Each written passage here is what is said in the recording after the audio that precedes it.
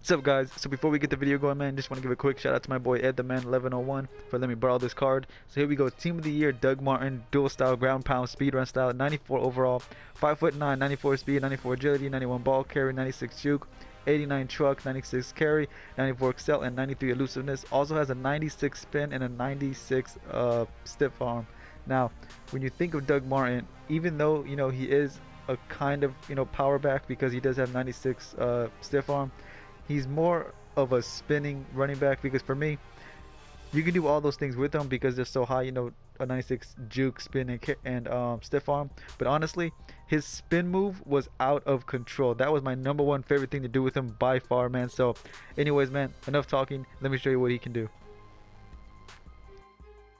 When I played with Doug Martin, I knew right away that I was going to be comparing him to that Maurice Jones-Drew card because I just did a review for him, and they're very both short running backs. So as you can see here, he can break tackles on his own. Not as good as Maurice Jones-Drew did, but definitely is capable of doing it. If you get Doug Martin, though, I suggest spinning with him. The spinning was just ridiculous with him. Now, as you can see here, he can definitely juke, but I feel that in order, he can do spin move the best, then the juke move, then the stiff arm.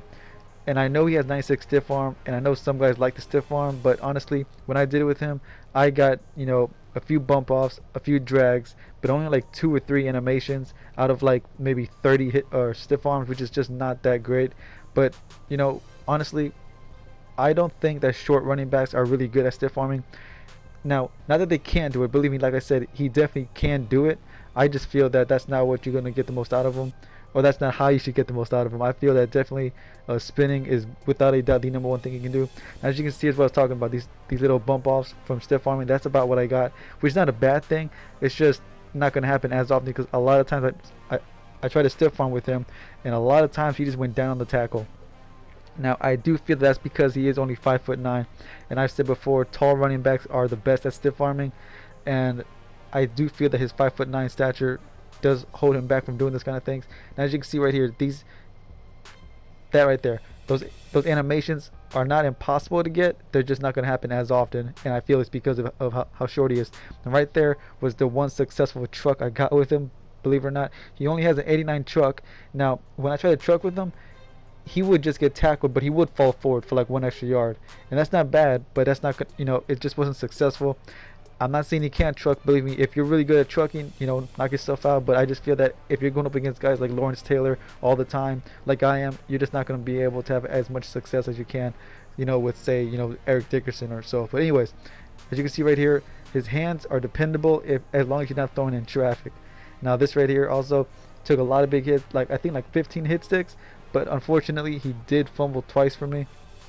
But that's bound to happen when you run against guys who have like 99 hit power or better all the time. So I couldn't really hold that against him. But still, fumbling in clutch situations, he did not fumble in clutch situations. He did fumble in games where like it didn't really matter. But honestly, I do not think that you should worry too much about him fumbling. It's like right here, I think was that's one of the fumbles, and the second one was coming up right here.